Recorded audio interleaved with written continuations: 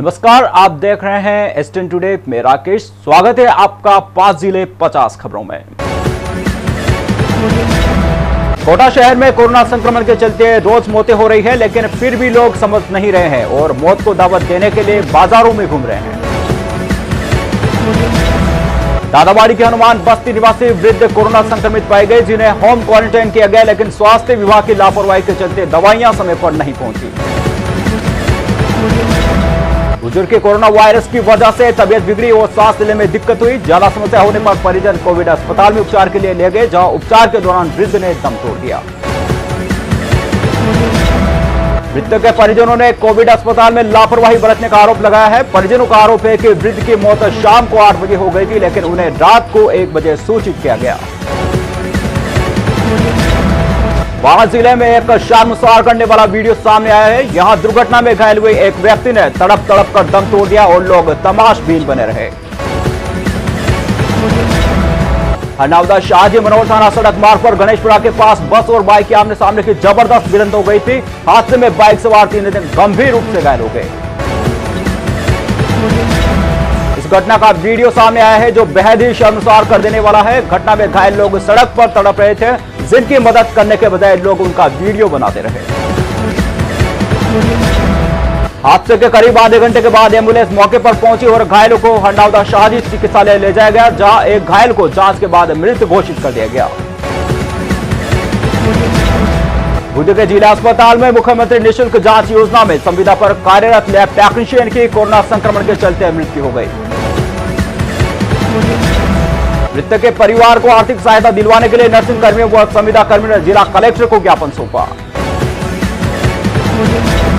मृतक दिलीप पंचोली की कोरोना संक्रमित होने के बाद 2 सितंबर दोपहर को ड्यूटी के दौरान अचानक तबियत बिगड़ी, जिसे तुरंत चिकित्सकों को दिखाया और उन्हें मेडिकल आईसीयू वार्ड में भर्ती कराया गया। राहत नहीं मिले तो उसे कोटा के लिए रेफर कर दिया गया था, जहां उसकी मौत हो गई। मौत के बाद परिजनों पर आर्थिक संकट गहरा गया है। नर्सिंग कर्मचारियों व संविदा कर्मचारियों ने परिवार को 50 लाख आर्थिक मुआवजा देने व पत्नी को नौकरी देने की मांग की है। बूंदी में बढ़ते कोरोना संक्रमण को रोकने के लिए प्रशासन व धर्म गुरुओं के बीच में अहम बैठक हुई। बैठक में मस्जिद गुरुद्वारा को 5 अक्टूबर तक बंद रखने का निर्णय लिया गया। बारां जिले में कोरोना मरीजों की बढ़ती संख्या को देखते हुए खान एवं गोपालन मंत्री ने बारां जिला कलेक्ट्रेट सभागार में जिला अधिकारियों की बैठक ली। बैठक में मंत्री भाया ने कोरोना रोकथाम, जिला अस्पताल में कोविड मरीजों के उपचार हेतु बेड बढ़वाने, उनके भोजन और सफाई की उचित व्यवस्था करवाने के निर्देश दिए। जिले के अन्य सामुदायिक स्वास्थ्य केंद्रों में भी मरीजों को बेहतर इलाज देने के निर्देश दिए तथा अत्यधिक संक्रमण वाले क्षेत्रों में जीरो मोबिलिटी लागू करने के भी निर्देश दिए। बुध के हिंडोली में टनल के पास ट्रेलर व कंटेनर में जबरदस्त भिड़ंत हो गई, जिसमें कंटेनर चालक बुरी तरह से कंटेनर में फंस गया। कंटेनर में फंसे चालक को पुलिस ने क्रेन की मदद से 1 घंटे की मशक्कत के बाद बाहर निकाला और गंभीर घायल अवस्था में हिंडोली स्वास्थ्य केंद्र ले जाया गया, जहां से उसे बूंदी के लिए रेफर कर दिया गया। कंटेनर चालक को नींद की झपकी आने के कारण यह हादसा हो गया। फिलहाल जिला अस्पताल में घायल कंटेनर चालक का इलाज जारी है। पुलिस ने मामला दर्ज कर जांच शुरू कर दी है। नेशनल हाईवे 27 पर दाई मुख्य नहर के पास विपरीत दिशा में आ रही बाइक को ट्रोले ने टक्कर मार दी। ट्रोले की टक्कर से बाइक पर सवार पप्पू सहरिया, विशाल सहरिया और बालकिशन गंभीर रूप से घायल हो गए। राहगीरों ने पुलिस को सूचना दी। सभी घायलों को एम्बुलेंस की सहायता से अस्पताल पहुंचाया गया, जहां प्राथमिक उपचार के बाद तीनों को बारां रेफर कर दिया गया। वहीं घटना के बाद ट्रोला चालक फरार हो गया। दरअसल नेशनल हाईवे 27 पर निर्माण कार्य चल रहा है, जिससे हाईवे को वन वे कर रखा है। ऐसे में ये हादसे हो रहे हैं। बोरखेड़ा थाना इलाके के सर्वोदय नगर में चोरों ने एक मकान में दबिश देकर करीब 45,000 रुपए की नकदी व लाखों रुपए के सोने चांदी के जेवरात चुराकर फरार हो गए। पीड़ित रामचंद्र ने बोरखेड़ा थाने में मामला दर्ज करवाया है। एक ही थाना इलाके में 3 दिन में चोरी की यह लगातार तीसरी वारदात है। लगातार हो रही चोरी की वारदातों के बाद पुलिस के अपराध नियंत्रण के दावों पर सवाल खड़े हो रहे हैं। वहीं स्थानीय लोगों में भी चोरी की वारदातों के बाद आक्रोश व्याप्त है। पीड़ित रामचंद्र ने बताया कि वह माता पिता से मिलने के लिए गांव गया हुआ था। इसी दौरान चोरों ने ताला तोड़कर घर में घुस चोरी की वारदात को अंजाम दिया। बारां की अटरू पुलिस ने कार्रवाई करते हुए पार्वती नदी पर अवैध खनन के लिए जा रहे 14 ट्रैक्टर ट्रॉली को जब्त किया है। कार्रवाई से अवैध खननकर्ताओं में हड़कंप मच गया। पिछले दिनों रेत के कराई ढहने से 4 मजदूरों की मौत हो गई थी और 3 मजदूर घायल हो गए थे, जिस पर उच्चाधिकारियों ने कार्रवाई के निर्देश दिए थे। गंगापुर सिटी के गढ़ी सुबेल गांव में एक ही परिवार के 2 पक्षों में जमीन एवं रुपयों के लेन देन को लेकर खूनी संघर्ष हो गया, जिसमें एक महिला सहित 3 जने घायल हो गए। गंगापुर सिटी में सड़क दुर्घटना में गढ़मोरा निवासी एक दंपति बुरी तरह से घायल हो गए, जिन्हें 108 की मदद से गंगापुर सिटी सामान्य चिकित्सालय में भर्ती करवाया गया। गढ़मोरा निवासी विजय अपनी पत्नी पिस्ता देवी के साथ वैन से गंगापुर सिटी आ रहे थे। उसी दौरान बीच सड़क पर 2 कुत्तों को बचाने के चक्कर में वैन आसनसोल होकर पलट गई। बारां के बॉयज कॉलेज के सामने एक ट्रक अनियंत्रित होकर पलट गया। हादसे में दुकान के पास खड़ी बाइक ट्रक की चपेट में आ गई। हालांकि बड़ा हादसा टल गया। बाइक मालिक रामहेट का आरोप है कि ट्रक चालक नशे में ट्रक चला रहा था, जिसे स्पीड ब्रेकर पर ट्रक अनियंत्रित होकर पलट गया। हादसे के बाद चालक मौके से फरार हो गया। इटावा के डडवाड़ा गांव में खेत पर काम करते समय 15 वर्षीय बालिका को जहरीले सांप ने काट लिया। घटना के बाद बालिका को एमएस अस्पताल लाया गया। इलाज के दौरान बालिका की मौत हो गई। मृतक ज्योति सुमन डडवाड़ा गांव की निवासी थी, जो रोज की तरह खेत पर काम करने गई थी। सुबह की गहलोत सरकार के खिलाफ भाजपा ने प्रदेश भर में हल्ला बोल कार्यक्रम के तहत प्रदर्शन किए और किसानों के कर्ज माफी, बिजली के बिलों को माफ करने समेत कई मांगों को लेकर सरकार पर हमला बोला। कोटा में भी भाजपा कार्यकर्ताओं ने कलेक्ट्रेट पर विरोध प्रदर्शन कर जिला कलेक्टर को ज्ञापन सौंपा। कोटा में जिला अध्यक्ष रामबाबू सोनी के नेतृत्व में भाजपा कार्यकर्ता कलेक्ट्रेट पहुंचे और राज्य सरकार के खिलाफ जमकर नारेबाजी की। बूंदी में भाजपा कार्यकर्ताओं ने जिला कलेक्ट्रेट पर बिजली की दरें कम करने सहित अन्य मांगों को लेकर प्रदर्शन किया।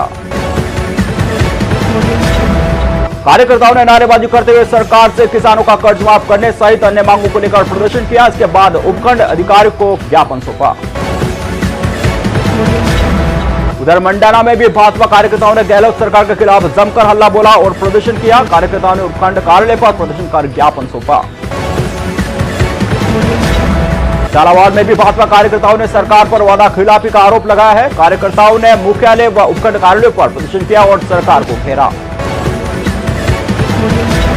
सवाई माधोपुर में भाजपा कार्यकर्ताओं ने कांग्रेस सरकार के खिलाफ जमकर प्रदर्शन किया और एसडीएम को मुख्यमंत्री के नाम ज्ञापन सौंपा।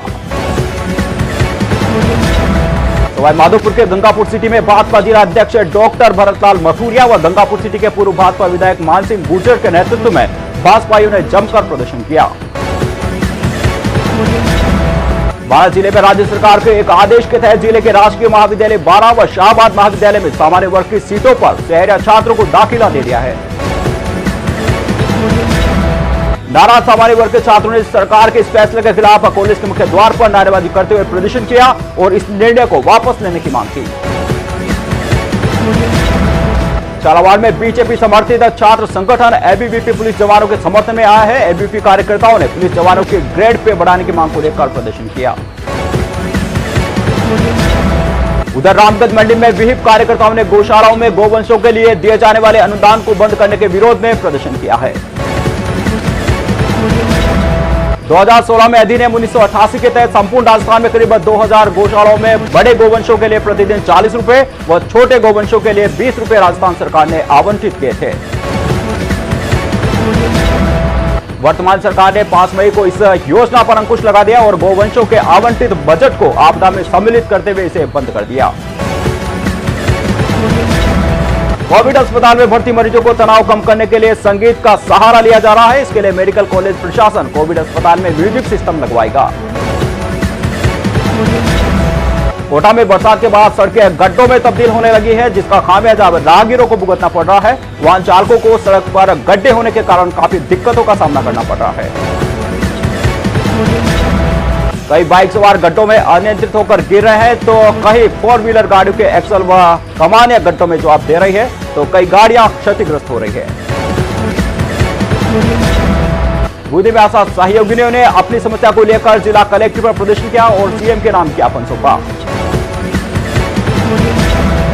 आशा सहयोगिनी व कार्यकर्ता वेतन वृद्धि की मांग को लेकर जिला कलेक्टर पर पहुंची थी। जिले में 1185 आशा सहयोगिनी कार्यरत है, जिन्हें मात्र 2700 रुपये मानदेय मिलता है। इतने कम वेतन से घर खर्च चलाना मुश्किल हो रहा है। कोरोना संक्रमण में भी आशा सहयोगिनी व आंगनबाड़ी कार्यकर्ता लगातार कार्य कर रहे हैं।